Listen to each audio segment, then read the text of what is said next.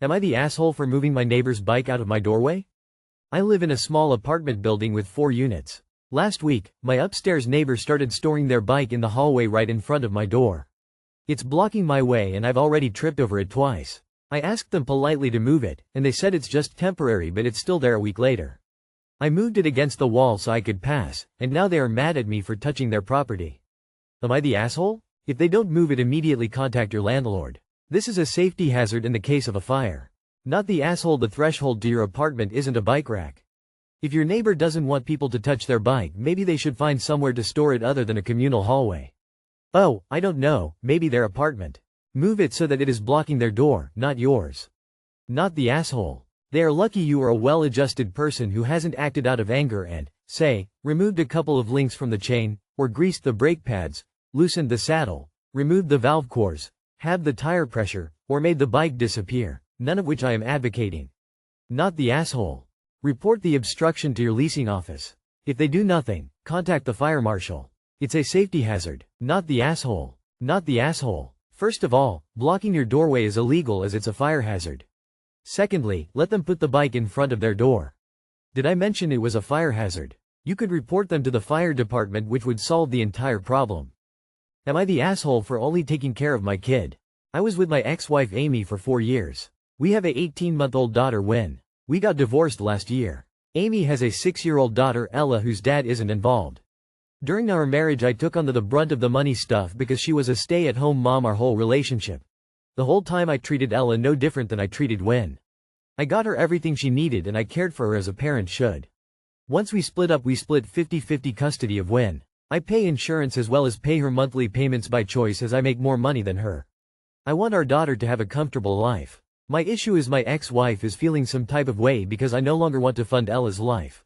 When I pick up Wynn, it's not a secret we go off and do fun stuff like the zoo or whatever else we can get into. Wynn also often gets new clothes and shoes. Amy feels it's not fair that I won't maintain Ella's life anymore after 4 years of doing it. That I've abandoned my daughter. I feel she's no longer my responsibility. I know Amy cannot afford to give Ella the life we used to give her, but why should I have to do it? I talked to my mom about it and she thinks I'm a massive asshole as she sees Ella as her granddaughter just as much as she sees Wynn. So am I the asshole? If so, I'll eat it and continue to help with Ella. Legally, you're entirely in the clear. Morally, you are the asshole without a doubt. Either you only pretended to love and care for this child for 4 years, or you're beyond callous to cut off all contact just because you have no legal obligation. You define the reason that children should never trust a step-parent. Yeah, you are the asshole. Do you really need to ask if you are the asshole after you took away the only father your stepdaughter, who happens to be your daughter's sister, had ever known? Of course you are the asshole. I can understand stepping back financially and even emotionally to some extent, but how can you pick up one child and take her out for fun adventures and leave her sister behind? Big shout out to your mom, who whilst she didn't do a great job with you seems to be trying to do the right thing as a grandma. My husband was married to his ex for a few years, 4 to 5 maybe IDC. She had 2 kids from a previous marriage and they had 1 kid together. The father of the 2 kids isn't around. They divorced maybe 8 years ago. He gets the 1 kid they share every other weekend, and from the start, he has always picked up the other 2 kids as well. They come on every vacation. I buy them clothes, school supplies, gifts, hygiene items. I buy their mother birthday gifts for THRM to take home. And I treat them as if I had birthed them myself. They are his children, they are now my children as well. You are a huge asshole. Don't marry people with kids if you don't plan on staying around. If this thread was, am I legally entitled to this, then I would be like, yeah, okay. Sure, you never discussed custody of Ella and you are divorced now. But in this thread, categorically, you are the asshole. Just because it an asshole move to raise a kid as your own and then dump them the second you are no longer with their mom. Especially because you play happy family with the other kid. Not Ella's fault you guys divorced. She might be young, but she's feeling the sting of parental abandonment whether you're legally responsible for her or not. Asshole move lol. Listen to your mom. Geez, did you even care about her at all? You don't have to provide financial support, but you sound really cold. Am I the asshole for refusing to join the same phone plan as my fiancé? The other day my 32 male fiancé, 29 female, was acting very upset, and when I asked her what's wrong she responded by telling me I don't help her. When I asked what that meant, she said she is stressed financially and that we should at least be on the same phone plan so that she can save money. I'm on my mom's plan currently because it saves me a lot of money due to my mom getting a nurse discount, family plan, and other discounts. I told my fiancé I can't join plans together with her until she can at least have an open conversation about finances with me. Her current part-time jobs are very unstable and I'm worried I may be the one that ends up footing our total phone bill if she's short on cash. I've tried sitting her down several times in the past to discuss our finances and set a budget because she was falling short on a lot of her expenses. She refused each time. I need to see hard numbers on paper like her income, debts, expenses, etc. for me to consider being on her phone plan, I told her.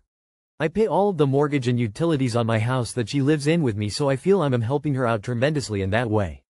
I also help her out by doing car repairs myself on her vehicle and have saved her thousands by now. I'll bail her out of situations here and there. I am very hesitant to take on any more extra expenses at this point.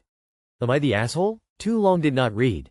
My 32 male fiancé, 29 female, asked me to join her phone plan so she could save money. I refused because she hasn't been able to have conversations about our finances together when I've asked in the past. Worried this will end up as me footing all of our phone bill if I agree. Am I the asshole? It's time to immediately tap the brakes on this engagement. Financial stress is one of the leading cause of divorce. You know what's really expensive? Weddings. You know what's even more expensive? Divorces. If the two of you haven't had a frank discussion about your finances, you shouldn't even think about marriage. You are worried about footing the bill for your entire phone bill. You ought to be worried about footing the bill for everything, as well as taking on her debt. You won't get a phone plan together before seeing a breakdown of all her finances, but you will marry her without seeing that. I think your priorities are a little off. Not the asshole, but you shouldn't marry someone you're not willing to get a phone plan with. Not the asshole, but the cell phone isn't the problem here. Her lack of transparency on finances should be a deal breaker. Do not marry her until you have it. YWBTA if you go through with this marriage with someone who hides their finances from you. You are already supporting her. That is not an equal partnership. When you get married, you are tied together financially. I would be surprised if she won't insist on being on the deed. She's selfish and entitled and probably just waiting to get married so she can quit what little she does and let you pay for everything. Expect a baby very, very soon. It's not that you make her pay more. It's that she is a terrible money manager, does not have consistent employment and is unwilling to be open and honest about a foundational issue. Not the asshole. Keep the wedding on hold indefinitely until you know her finances. I would probably pull a credit report, and she has a stable job. Once you marry, debts she incurs are your debts. It seems to me that her financial plan is for you to support her indefinitely, and I wouldn't be surprised if she is unable to find work once she has you locked down. Financial issues is a top reason why people get divorced. If you're heading for an eventual divorce, why not skip straight to the end so you don't have to pay for a wedding? Her not being transparent about her finances is a huge red flag. Definitely pause on marrying into this until you know what the situation is. Also, her living at yours rent-free and still having money problems is another red flag. Am I the asshole for no longer wanting to accompany my fiancé when he has to meet his ex? My fiancé, Tim, has a 12-year-old son, Jake, who I met about a year in. Jake's mom, Sandra, is from a country that apparently has beef with the country that I am from. I didn't know this until I met Tim and told him my ethnicity, to which he said his ex hates anyone from that country. I'm not sure if this beef is true as my brother is married to a man from same country, and no one has ever said this to me before. Sandra is very rude, and when we have to see her, like at Jake's events, she has made little snide comments about people from my country and stereotypes of us. I've always ignored her or laughed because I noticed that laughing bothers her. Tim has nicely asked her to stop and it doesn't work. It's gotten worse now because I found out she has been telling Jake to call me slurs. I'm not sure if he knew beforehand that they were slurs. He's a good kid, so I want to give him the benefit of the doubt. First time he said don't know if I can type them here so I won't. I thought I misheard, and when I asked him to repeat himself he said something else, so I thought it was an error on my part. However, on Friday we were watching a show together and when a character of the same ethnicity as I came on screen, he said, "Look, you're both _______s." I asked why he said that, but he got really quiet and ended up leaving and locked himself in his room. When I told Tim, he talked to Jake, and while they were having a conversation about where Jake heard that word and why he said it, Jake said, "Because mom said she is a other slur." When Sandra came to pick up Jake this morning, Tim stepped away to talk to her about the slurs and I could hear her laughing loudly through the door when he brought it up.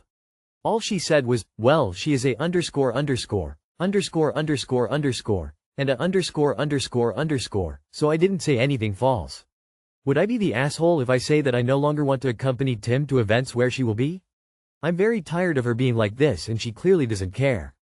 Not the asshole. If Tim doesn't straighten her and Jake out, I would end the relationship. You don't deserve to be treated like that. Perhaps Tim should look into talking with lawyers about parental home alienation as well. She should not be teaching her kid to treat you like that.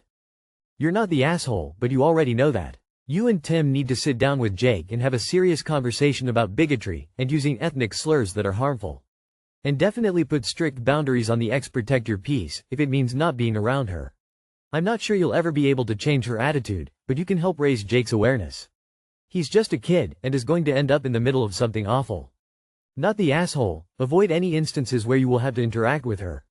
Seeing how Jake left the area and locked himself in his room, I assume he didn't know they were slurs and felt ashamed and or conflicted for what he did and whom he learned it from. I would recommend having a heart-to-heart with him, maybe along with Dad. Let him know that you care for him, have no ill will toward him, and will use it as a teaching moment. I get the impression that he felt really bad that he offended you, and felt bad that he learned it from his mom, who I'm sure he cares about. Bio mom is Ta. Dad may need to get the courts involved, if it keeps up. Sandra is a bigot and racist. She is teaching Jake to think people that are a different color or from a different place are not equal. Sandra is telling Jake he is entitled and should not tolerate people she sees as inferior. Her goal is to raise a bigoted racist. If Tim doesn't think it's a big deal, run. It is not healthy for you to remain in a relationship when your stepson is brainwashed to think you are inferior. It's a lifelong war, not a short battle. I wish you the best. Tim the father should explain to his son why his mother encouraged using slurs. He did feel bad and locked himself in his room, so he just needs to see that he doesn't have to take on the drama his mother is trying to create. Her jealousy and bitterness doesn't need to be his. Def not the asshole for not wanting to be there, but kid is only 12, so your relationship with your partner's son may be something you wish to value and improve.